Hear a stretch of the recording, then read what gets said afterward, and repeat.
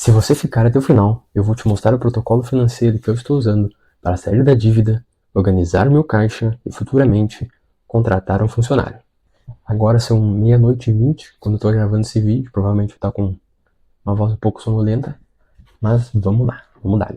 Sabe aquela sensação de que você está trabalhando apenas para pagar a conta dos outros? Em outubro de 2025 foi quando eu fundei a Orb Garage, com o que chamamos de otimismo desinformado. Um ponto premium, aluguel de 4.000 e a esperança de que o status traria os clientes para dentro. Mas a realidade do mercado não lê os planos românticos, os planos de negócios românticos. Então, em janeiro desse ano, eu decidi pivotar a minha empresa e trouxe ela para a garagem de casa. Mas foi ali que eu parei de ser executor e comecei a ser de fato o CEO de minha pequena empresa. O primeiro passo para sair da dívida não foi vender mais, mas foi entender o meu ponto de equilíbrio. Na gestão financeira, nós temos 3 tipos de pontos de equilíbrio. O ponto de equilíbrio contábil, o ponto de equilíbrio econômico e o ponto de equilíbrio financeiro. Cada um deles vai dizer coisas diferentes sobre as nossas empresas.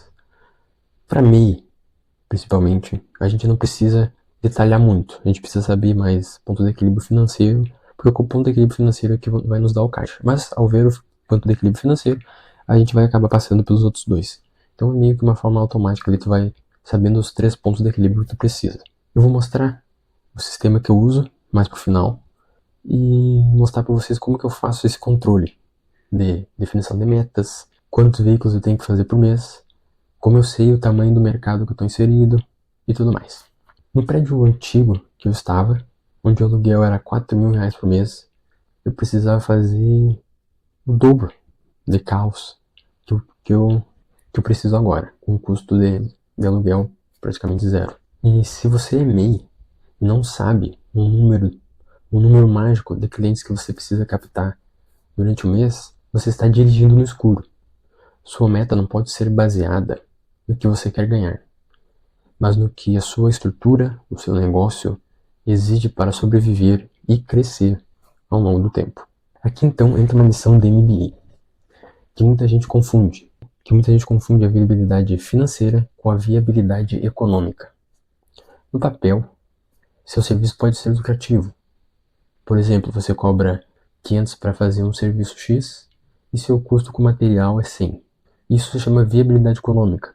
Mas se o cliente parcela, por exemplo, 10 vezes e você precisa pagar fornecedor à vista, a empresa pode quebrar mesmo dando lucro, porque talvez ela não esteja ainda gerando caixa. E isso, por incrível que pareça, acontece com muitas empresas, porque o gestor ou o gestor e dono, que às vezes meio e pequenas empresas é o mesmo, não sabe fazer esse tipo de cálculo, ou não usam algum sistema, porque é carinho pagar sistemas, e aí acabam não vendo que a empresa tem lucro, ela está rendendo, mas ele não está conseguindo pagar as dívidas que ele tem em dia. Então, temos um problema sério, possivelmente de caixa, nesse tipo de empresa. Então, isso se chama falta de viabilidade financeira, ou falta de caixa, que é muito fácil de acontecer, muito fácil, muito rotineiro, e acontece com muitas pessoas. Na Orb Garage, então, eu estou aprendendo a controlar esse fluxo de caixa com disciplina para garantir que o dinheiro esteja lá no momento que eu precisar dele. Outro pilar muito fundamental é divisão de pessoa física para pessoa jurídica. Isso é indispensável para MEI e pequena empresa. Principalmente MEI, porque MEI mistura muito o caixa que deveria ir para a empresa com o caixa que deveria ir para a pessoa.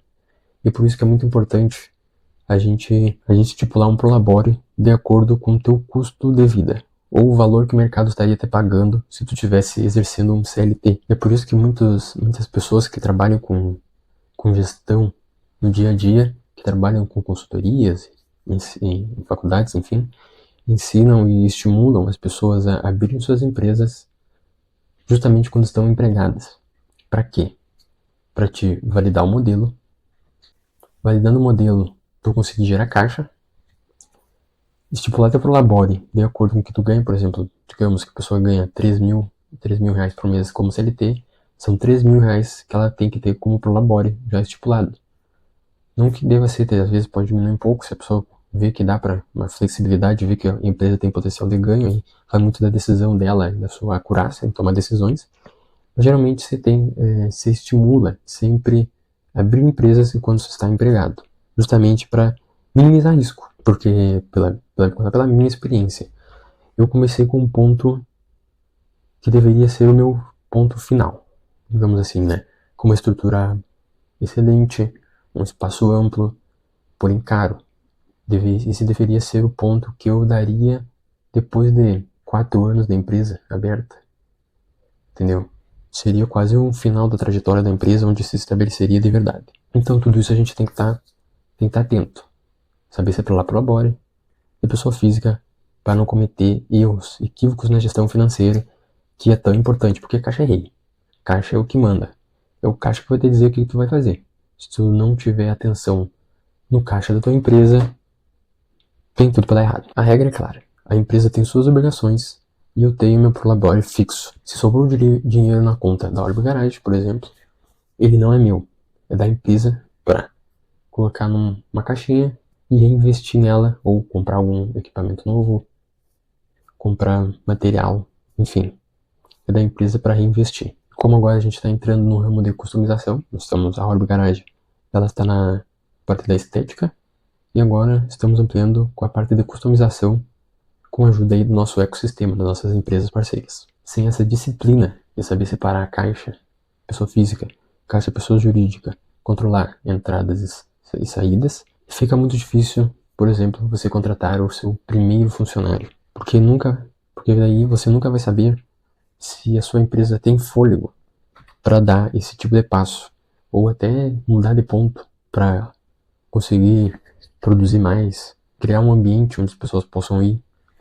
Para isso você tem que ter fôlego no caixa e só fazendo a gestão financeira para saber esse tipo de informação. Mas então, como fazer a gestão financeira na sua empresa? Eu uso muito IA para fazer a gestão. No próximo vídeo eu posso apresentar ferramentas de IA que a gente pode utilizar nas nossas empresas, tanto para gestão financeira quanto para marketing, tomada de decisão. Tudo isso ela consegue nos ajudar, né? Por exemplo, quer calcular alguma coisa, joga os dados para a IA e ela vai calcular para ti. A IA é uma aliada muito forte que nós temos hoje em dia. E mais para frente vou apresentar essas ferramentas para vocês. Então, como fazer essa gestão financeira na empresa de vocês? Pode usar, se você é uma empresa menor que não consegue ter um computador, pode fazer no papel, né? Porque fluxo de caixa é o mínimo que a gente tem que ter. É o mínimo. Você vai lá, não precisa nem saber definir. O pessoal fala, não, define custo fixo, custo variável, despesa fixa, despesa variável. Você pode aprender com o tempo. Mas define custo de despesa. Pode saber, custo está ligado ao produto. Despesa vem depois da fabricação do produto. É o que segue dali até a venda. Então, pega ali teu custo, pega a tua despesa. Divide pelo menos entre custo e despesa. Custo e despesa.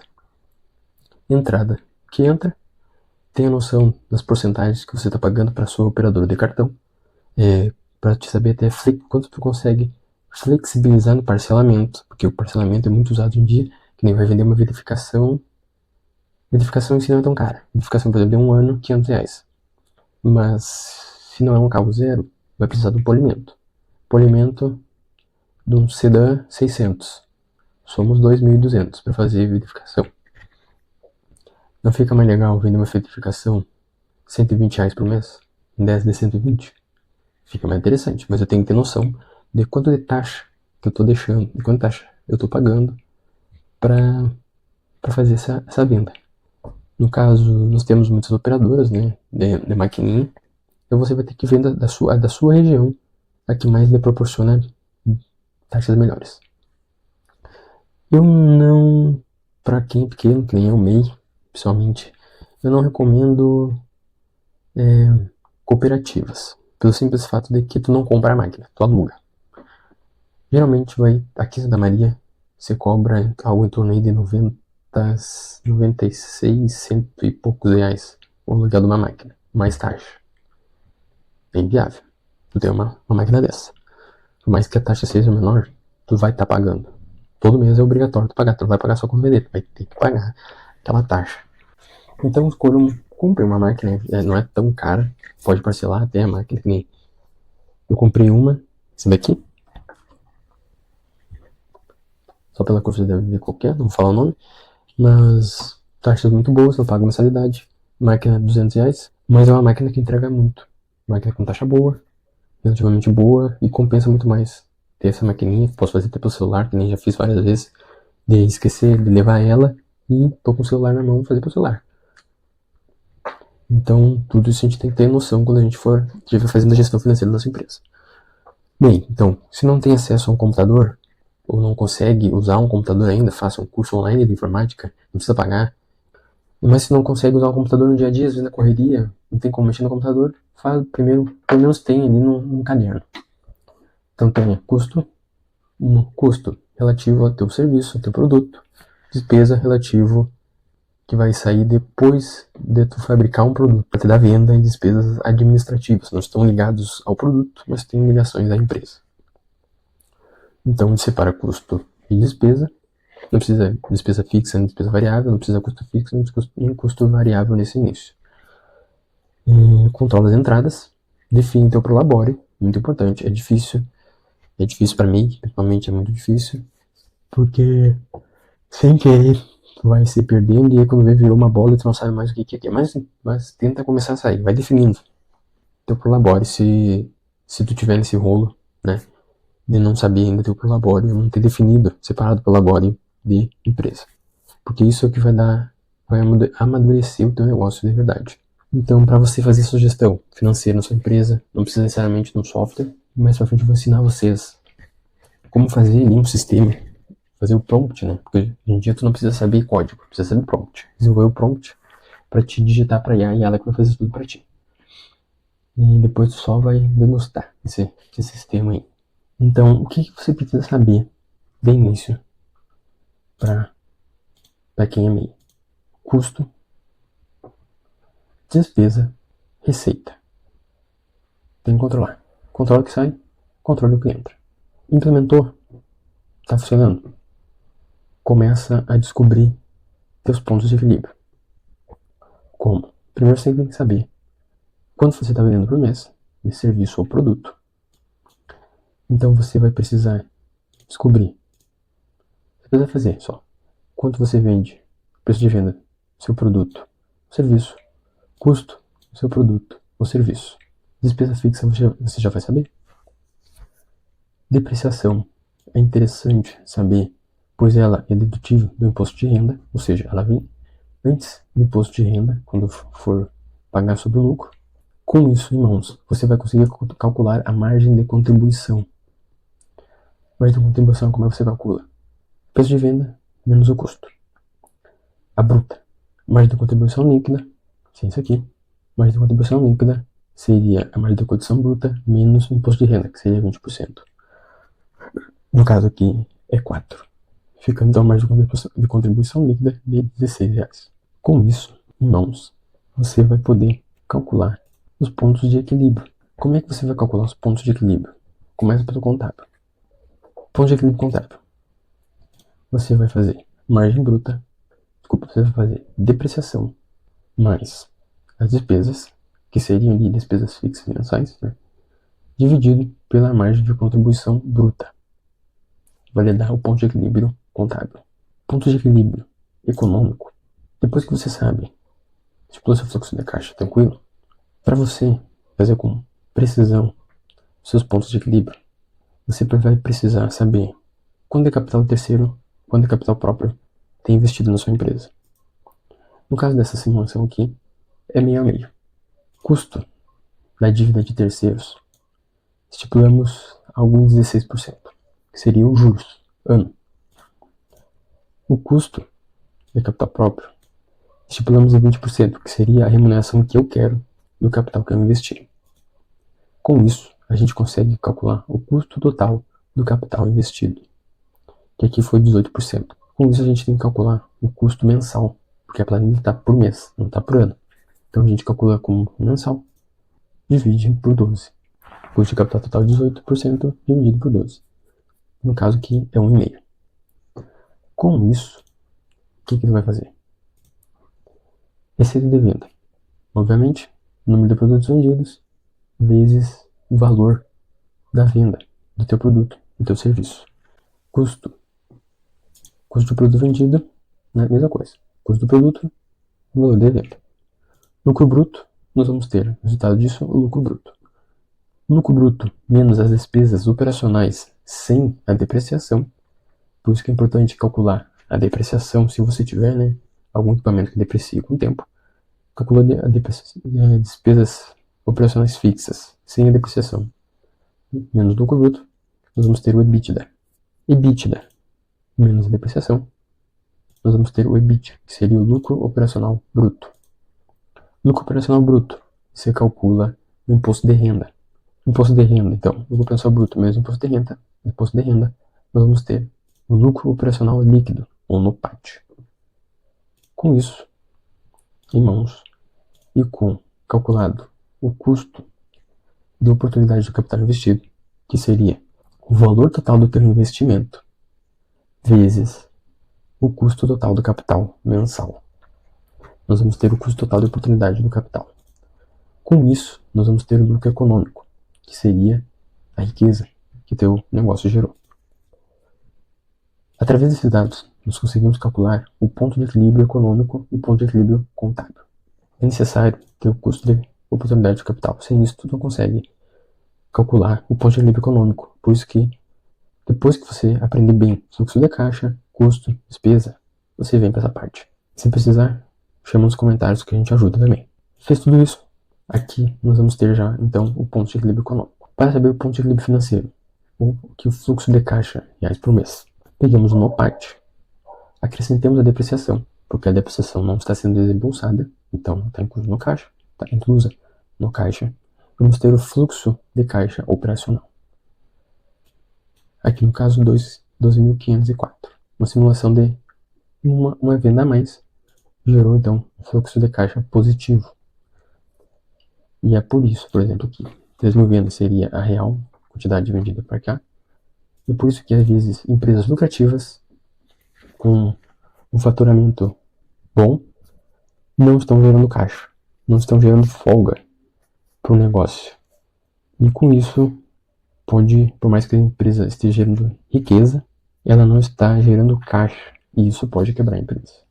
Então, através disso, a gente tem que tomar algumas atitudes, analisar o que está acontecendo na operação e tomar atitudes quanto a isso. Essa jornada não é sobre dar um salto gigantesco e ficar rico amanhã, que nem a gente vê muito aí na internet. Pessoas que do nada, surgindo do nada, ganham muito dinheiro fazendo, enfim, muitos outros meios de ganhar aí, que eu discordo, mas esse é o mercado que a gente está aí, né? E então essa jornada do empreendedorismo, de construir uma empresa, que não vai ser só para você, mas vai ser para outras pessoas, porque você vai contratar, você até para sua própria família, filhos, parentes, enfim, que vão seguir o legado daquilo que você construiu. É sobre uma filosofia de melhoria constante. Se eu melhorar, por exemplo, 1% a minha margem de lucro hoje, 1% a minha eficiência na lavagem, 1% a minha captação de clientes, depois de um ano, a Orbo Garage será irreconhecível. Eu melhorando 1% todo dia. Então eu digo que a disciplina é inabalável. Não é apenas acordar cedo, é parar, analisar, verificar a sua empresa, como ela está no momento, todos os dias. E o empreendedorismo é pragmático.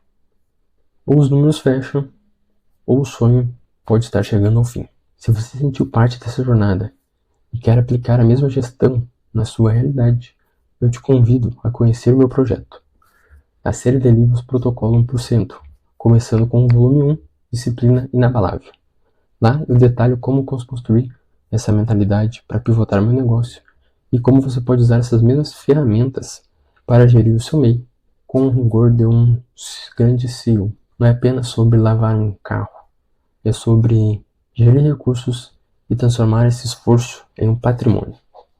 Pivotar não é falhar, é ter coragem de ajustar a rota antes que o navio naufrague. A gestão estratégica é a bússola que te guia e te impede de que o seu entusiasmo te leve para o buraco. E como disse Flávio Augusto, estabilidade não existe. O que existe é a capacidade de gerir riscos e se adaptar às mudanças do mercado. Então, se você quiser ser CEO de verdade, pare de olhar apenas para o faturamento e comece a olhar para a sua margem. 1% melhor a cada dia. Nos vemos no próximo registro desse diário. Sucesso na sua jornada.